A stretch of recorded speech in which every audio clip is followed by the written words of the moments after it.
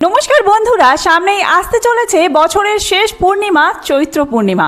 সনাতন ধর্মে প্রতিটি পূর্ণিমার বিশেষ আধ্যাত্মিক তাৎপর্য রয়েছে, কিন্তু চৈত্র মাসের পূর্ণিমাকে অত্যন্ত পবিত্র ও পুণ্যময় বলে মনে করা হয়। কারণ বছরের এই শেষ পূর্ণিমাটি আপনারা যদি ঠিকভাবে পালন করতে পারেন, তাহলে আগামী বছর আপনাদের জন্য সুন্দর এবং সুখের হবে। এই দিনটি কেবল আত্মশুদ্ধি এবং আধ্যাত্মিক সাধনার সুযোগই দেয় না, বরং ঐশ্বরিক আশীর্বাদ লাভের একটি দিব্য দ্বারও খুলে যায়। তাই চলুন বন্ধুরা, আজকের ভিডিওতে আমরা জেনে নেব যে 2026 সালে চৈত্র পূর্ণিমা কবে পড়েছে, পঞ্জিকা অনুসারে সঠিক সময়সূচি, পূর্ণিমা তিথি কখন শুরু হচ্ছে, কখন শেষ হচ্ছে, এই দিন পূর্ণিমার পুজোর শুভ সময় কি রয়েছে, সত্যনারায়ণ পুজো, মা লক্ষ্মীর পুজো, এছাড়াও এই দিনে বজরংবলী হনুমানের পুজো করা হয়, সেই পুজোর শুভ সময় কি রয়েছে, আপনারা বাড়িতে কিভাবে পুজো করবেন, সমস্তটাই আমরা জানবো। তার সাথেই জেনে নেব গঙ্গা স্নান এবং দানের শুভ সময় কি রয়েছে, আর এই বিশেষ দিনে আপনারা কি কি নিয়ম মেনে চলবেন, কি খাবেন কি খাবেন না, সমস্তটাই আমরা আজকের ভিডিওতে জেনে নেব। তো চলুন বন্ধুরা, আর দেরি না করে ভিডিওটি শুরু করা যাক। যদি আমার চ্যানেলে নতুন হয়ে থাকেন, অবশ্যই চ্যানেলটি সাবস্ক্রাইব করে এবং ভিডিওতে একটি লাইক করে শেষ পর্যন্ত সাথে থাকবেন। আশা করি ভিডিওটি আপনাদের জন্য খুবই হেল্পফুল হবে। ভিডিওটির মূল পর্বে যাওয়ার আগে শ্রী বিষ্ণুকে স্মরণ করে অবশ্যই কমেন্ট বক্সে লিখুন ওম শ্রী বিষ্ণু। বজরংবলীর যারা ভক্ত রয়েছেন কমেন্ট বক্সে লিখুন জয় বজরংবলী। চৈত্র পূর্ণিমায় ভগবান হনুমানের পূজা করা বিশেষ তাৎপর্যপূর্ণ, কারণ তিনি কলিযুগের জাগ্রত দেবতা, যিনি তার ভক্তদের দুঃখ লাঘব করেন এবং তাদের সাহস, জ্ঞান ও শক্তি প্রদান করেন। এছাড়াও এই দিনে ভগবান বিষ্ণুর আরাধনা, সত্যনারায়ণের ব্রতকথা পাঠ এবং দেবী লক্ষ্মীর আরাধনা করলে সুখ, শান্তি ও সমৃদ্ধি আসে জীবনে। রাতে প্রদীপ জ্বালালে অশুভ শক্তি বিনষ্ট হয় এবং গৃহে ইতিবাচক শক্তি আসে। তো চলুন বন্ধুরা, প্রথমেই জেনে নেওয়া যাক যে এই পূর্ণিমা তিথি কখন থেকে শুরু হচ্ছে। 1 এপ্রিল 17 চৈত্র বুধবার সকাল 6:34 থেকে শুরু হচ্ছে চৈত্র পূর্ণিমা তিথি। পূর্ণিমা তিথি সমাপ্ত হবে 2 এপ্রিল 18 চৈত্র বৃহস্পতিবার সকাল 6:46। অর্থাৎ এই পরিস্থিতিতে উদয় তিথি অনুযায়ী পূর্ণিমার পুজো, ব্রতোপবাস সমস্ত কিছুই কিন্তু 2 এপ্রিল 18 চৈত্র বৃহস্পতিবার এই দিনেই পূর্ণিমার পালনই রয়েছে। এবার চলুন জেনে নেওয়া যাক এই পূর্ণিমায় সত্যনারায়ণ পুজোর শুভ সময় কি রয়েছে। যারা সত্যনারায়ণ পুজো করেন প্রত্যেকেই জানেন সন্ধ্যার সময় সত্যনারায়ণ পুজো করা অত্যন্ত শুভ। তাই আগের দিন থেকে যেহেতু পূর্ণিমা তিথি লেগে যাচ্ছে, তাই আপনারা 1 এপ্রিল 17 চৈত্র বুধবার দিন, এই দিন সন্ধ্যা 5:50 থেকে শুরু করে সন্ধ্যা 7:30 মধ্যে সত্যনারায়ণ পুজো করতে পারেন।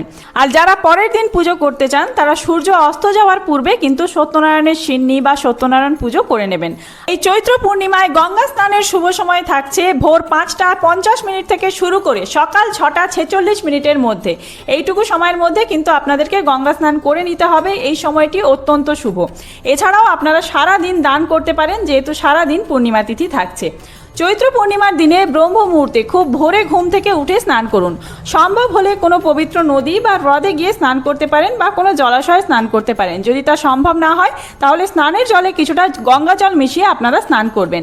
এরপর পরিষ্কার বস্ত্র পরিধান করে ভগবান বিষ্ণু, চন্দ্রদেব এবং ভগবান হনুমানের ধ্যান করুন আর মা লক্ষ্মীর পুজো করার সংকল্প নিন।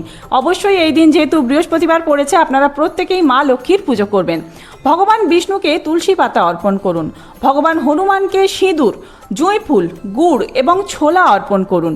হনুমান চল্লিশা এবং সুন্দরকাণ্ড পাঠ করুন, অথবা হনুমান চল্লিশা শুনলেও হবে। চন্দ্রদেবকে অর্ঘ্য নিবেদন করুন। আর যেহেতু চৈত্র পূর্ণিমা বৃহস্পতিবার দিন পড়েছে, তাই অবশ্যই আপনারা কিন্তু এই দিন মা লক্ষ্মীর পুজো করবেন। মা লক্ষ্মীর পুজোর জন্য আপনারা বাড়িতে যেভাবে পুজো করেন, 5 রকম ফল, মিষ্টান্ন সাজিয়ে ঘট স্থাপন করে বেলপাতা এবং ফুল সহযোগে ওং শ্রীং লক্ষ্মী দেব্যই নমঃ এই মন্ত্র উচ্চারণ করে ঘটে ফুল দেবেন এবং মা লক্ষ্মীকে প্রণাম করবেন। ধূপ দীপ দেখিয়ে আরতি করবেন।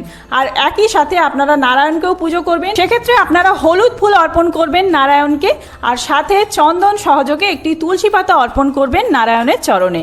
ওম শ্রী বিষ্ণু বা ওম নমো ভগবতে বাসুদেবায় এই মন্ত্র উচ্চারণ করে আপনার তুলসী পাতাটি নারায়ণের চরণে অর্পণ করবেন। এরপরে আপনারা ধূপ আর দীপ দেখিয়ে আরতি করবেন। অবশ্যই ঘিয়ের অথবা সর্ষের তেলের প্রদীপ জ্বালাবেন এই দিন। এবার চলুন জেনে নেওয়া যাক এই দিনে আপনারা কি খাবেন, কি করবেন আর কি কি জিনিস নিষেধ রয়েছে। সাত্ত্বিক খাবার গ্রহণ করুন, অর্থাৎ নিরামিষ আহার গ্রহণ করতে হবে। আপনাদের মনকে সর্বদা শুদ্ধ রাখতে হবে। ক্রোধ, অহংকার, নেতিবাচক চিন্তা থেকে দূরে থাকুন। মিথ্যা কথা, তর্ক পরিহার করুন। অভাবীদের পারলে সাহায্য করুন। পরিবার ও সমাজে ভালোবাসা এবং সম্প্রীতি বজায় রাখুন। অবশ্যই আপনারা এই দিনে নিরামিষ আহার গ্রহণ করবেন এবং আগের দিন যারা পুজো করছেন বৃহস্পতিবার দিন তারা কিন্তু বুধবার দিনও নিরামিষ আহার গ্রহণ করবেন। আর পারলে এই পূর্ণিমা তিথিতে অন্ন গ্রহণ না করে ফলাহার, লুচি, পরোটা, ময়দার জিনিস এই সমস্ত খেয়ে থাকার চেষ্টা করবেন।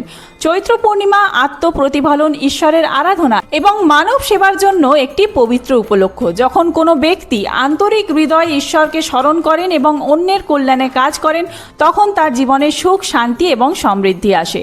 হরে কৃষ্ণ। এই বলেই আজকের ভিডিওটি শেষ করছি। খুব তাড়াতাড়ি নতুন কোনো ভিডিও নিয়ে আসছি। এই চৈত্র পূর্ণিমা বিষয়ে আরও ডিটেলসে ভিডিও আসছে। এছাড়াও আপনারা নীল ষষ্ঠীর ভিডিও দেখতে চেয়েছেন, সেই ভিডিও খুব তাড়াতাড়ি আসছে। এই সমস্ত ভিডিও দেখার জন্য অবশ্যই চ্যানেলটি সাবস্ক্রাইব করে সাথে থাকবেন।